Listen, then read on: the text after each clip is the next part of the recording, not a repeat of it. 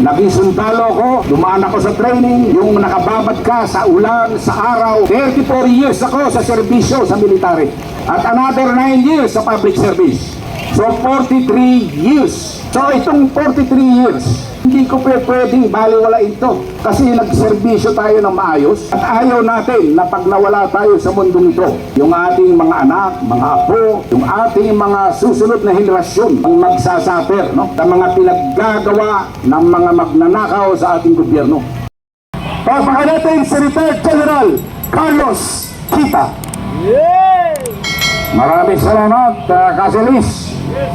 Magandang araw sa inyo lahat, sa ating mga kapulisan na talagang nagsasakripisyo. Maraming salamat na masigurong tahimik tayo dito, no? Bago ako dumating kanina dito, no? Mga ilang oras na rin ako dito, mga magtatatlong oras na, no? Marami nagtanong sa message, and even nung pagaling, at saka yung mga previous days, no? Bakit ba pumupunta kayo dyan sa Senado? Yun ang tanong, ano? Yan ba'y dahil sa mga Duterte? Yan ba'y dahil sa mga Marcos? Yan ba'y dahil sa mga senador? Sabi ko, hindi. Hindi kasi ako politika masyado, no? Hindi, wala akong kinakapihan. Para saan yan? Sabi ko, dahil sa tao, no? Dahil sa taong bayan. Ang talagang pinaglalaban natin dito ay yung interes nating lahat, no? Ng ating mga kasamang pulis, no? Ng mga ordinaryong Pilipino, yung mga middle class, kasama na rin yung mga elite na nagpapahirap sa atin, no? Dahil ito namang demokrasya natin, elite to, mga elite. Sila yung nagmamanage ng ating gobyerno, no? Kaya ang interes ng taong bayan napapabayaan. Pero bakit nandito tayo, no? Bukod dun sa taong bayan yung interes. Kasi ito na lang po yung Senado. Kasi sa ehekutibo, wala na po tayong aasahan, no? Mula sa Malacanang hanggang sa mga institusyon ng ating gobyerno. Maliban ko sa Supreme Court, although matagal maglabas ng desisyon nila, no? Pero sampalataya pa rin tayo, no? Na talagang kakatigan nila yung taong bayan, yung interes ng taong bayan. So, nandito tayo dahil ang mga representative ng ating Senado, no? Hindi ko sinasama yung Kongreso. Bakit? Karamihan po sa kanila kasi wala na, no? Talagang mga involved, no? Marami nakareceive sa kanila ng maleta. Yan po ay ayon dun sa mga 18 matatapang, no? Na dating mga sundalo. At naniniwala ako sa mga sinasabi nila dahil humarap sila sa amin at yung iba nga na umattend, no? Na mga general at opisyal na dating hindi naniwala nung napakinggan nila yung testimonya nitong 18 ay talagang naniwala sila. Nandito tayo para protektahan ang Senado sa mga atake. Marami po magtataka kayo kung bakit dati ang Liberal Party o yung mga kakaliwa na linalabanan ng Marcos ngayon kakampi na niya. Bakit kaya, no? Kasi ang politics, ang isang definition ng politics is struggle for power, no? Yan po ang pinaglalaban ng mga yan. Alam naman natin na ang liberal, medyo nasira sila nung panahon ni Duterte. Although hindi ako maka-Duterte, sinasabi ko lang tong reality. Ako makatao, makabayan ang aking tinutukoy, no? Kaya medyo siguro meron ba tayong ano dyan? Medyo umuulan na Ito mahirap pagka yung bawas na ang ating buhok. Baka mamaya magkasakit tayo nito, no? Ito, medyo sumasama yung panahon. Anyway, saan na ba ako natigil? Dun sa doon sa mga pakikipagsagwatan ng komunista. Oo. Dati talagang grabe yan, laban sa mga Marcos. Sila talaga yung nagpo-protesta. Pero ngayon, makikita ninyo, sinusuportahan nila yung mga rally nila noong September 21, yung rally nila noong November 30, sinisigaw nila yung okay lang sa accountability. Pero specific, may tinatarget sila na isang politiko. Okay lang yun sa amin, sa pananaw ko, tama lang. Dahil lahat tayo, pag tayo nagserbisyo, dapat accountable. Kaya nga maganda na nagtuloy itong impeachment. Dahil magkakaroon ng pagkakataon ang ating pangalawang Pangulo na depensahan yung sarili niya. At makita kung ano talaga ang tunay. So pabayaan natin yan dahil nandiyan na po yan. Pero bakit inaatake, patuloy na inaatake ang Senado? Nabanggit na po kanina, maraming natatakot na mabunyag ang kanilang pangalan, lalong-lalo na sa Kongreso. Alam natin na meron sa majority, minority, merong mga nabanggit.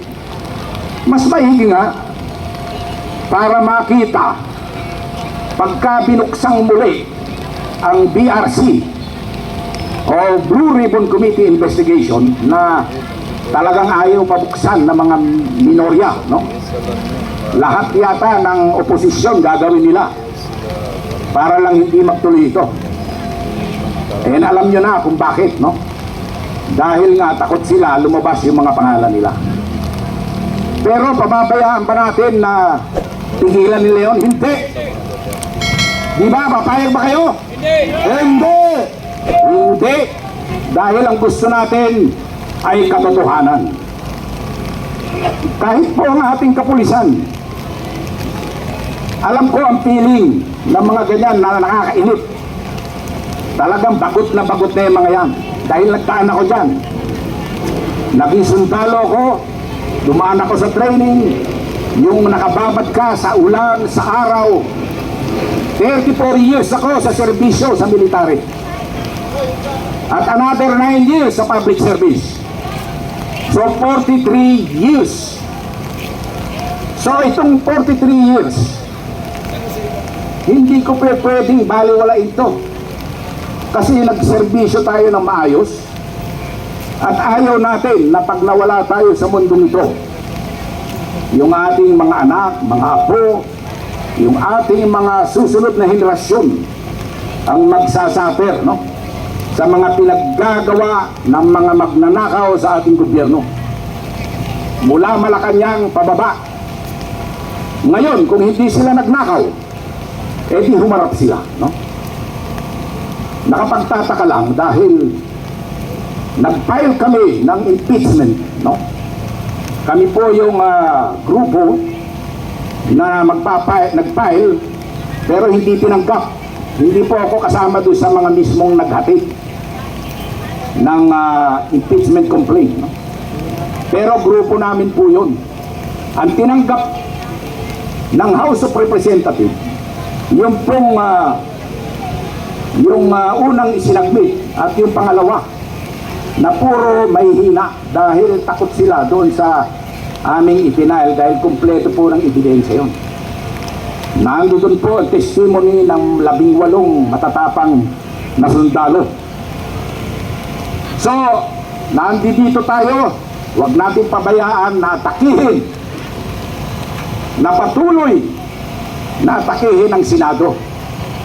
Hindi natin pinapaboran kung sino ditong mga politiko dito.